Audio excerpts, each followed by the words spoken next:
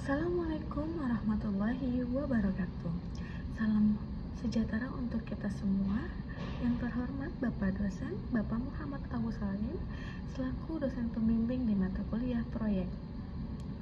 Izin memperkenalkan diri, nama saya Dita Kuswara Latami dengan NIM 0447043131. Sebelumnya saya membuat video ini untuk melengkapi tugas akhir saya proyek, yaitu dengan judul Strategi Pemasaran Meningkatkan Usaha Thrifting di Era Digital. Di sini saya akan menjelaskan tentang judul proyek saya, yaitu Strategi Pemasaran Digital. Apa sih tujuan saya membuat strategi pemasaran digital untuk thrifting gitu? Kenapa saya membuat ini? Karena banyak pedagang-pedagang di pasar Senen yang hanya fokus membuka tokonya di pasar Senen saja. Saya harapkan bisa mengikuti era digital yang sangat pesat ini, karena penjualan hanya di toko offline saja tuh tidak memungkinkan income tuh meningkat, karena fokus pada ya di toko offline saja. Saya hanya ingin mengajak para penjual yang mempunyai toko-toko di pasar Senen mengikuti era digital ini yang sudah sangat maju. Jadi saya bertujuan untuk membangun komunitas pembeli yang loyal dan sadar lingkungan, serta mengubah persepsi belanja barang bekas menjadi pilihan gaya hidup yang modern, cerdas, secara finansial. Pada akhirnya kita akan meningkatkan volume penjualan secara signifikan. Strategi-strategi ini tuh sangat banyak, mulai dari live TikTok, atau kita buka e-commerce di Shopee, Tokopedia, atau kita mengendorse untuk meningkatkan penjualan kita. Jadi tidak hanya berfokus kepada toko offline saja. Apalagi dunia thrifting ini lagi sangat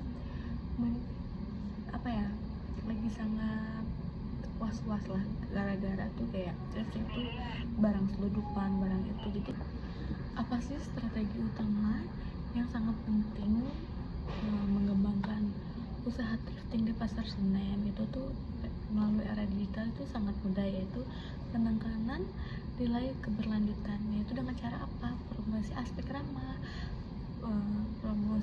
ramah lingkungan, kontribusi terhadap sustainable fashion sebagai nilai jual utama.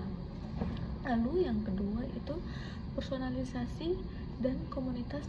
Tawarkan rekomendasi di personalisasi dan bangunan komunitas melalui siaran langsung seperti penjualan live atau grup-grup loyalitas yang lain.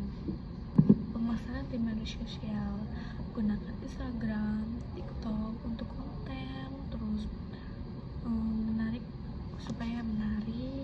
terus seperti tips pada panduan mix and match OOTD atau outfit of the day, terus imperatif dan cerita publik.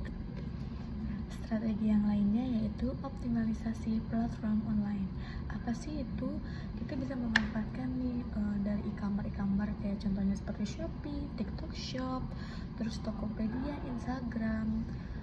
Itu tuh kita bisa update dengan setiap harinya dengan baju-baju terbaru, terus dengan brand-brand yang terbaru atau dengan model-model terbaru, dan tidak lupa mencantumkan ukuran, terus bahan. Mengapa sih sangat penting untuk mencantumkan seperti ukuran, bahan? Karena kita para pembeli itu biar tidak ragu gitu loh sama bahan-bahannya, terus sama ukurannya. Jadi beli online tidak kesempitan atau tidak kelonggaran. Dan sebagai penjual juga harus membuat fitur-fitur seperti fitur Instagram, mengupdate. Di era digital ini, kunci kesuksesan penjualan thrifting terletak pada kemampuan untuk mentransformasikan pengalaman berbelanja. Pengalaman berbelanja barang bekas menjadi pengalaman digital yang menarik, nyaman, dan bermakna. Dengan menerapkan strategi digital yang tepat, bisnis thrifting tidak hanya dapat bertahan, tetapi juga berkembang pesat dengan menarik konsumen yang cerdas dan peduli terhadap isu berkelanjutan.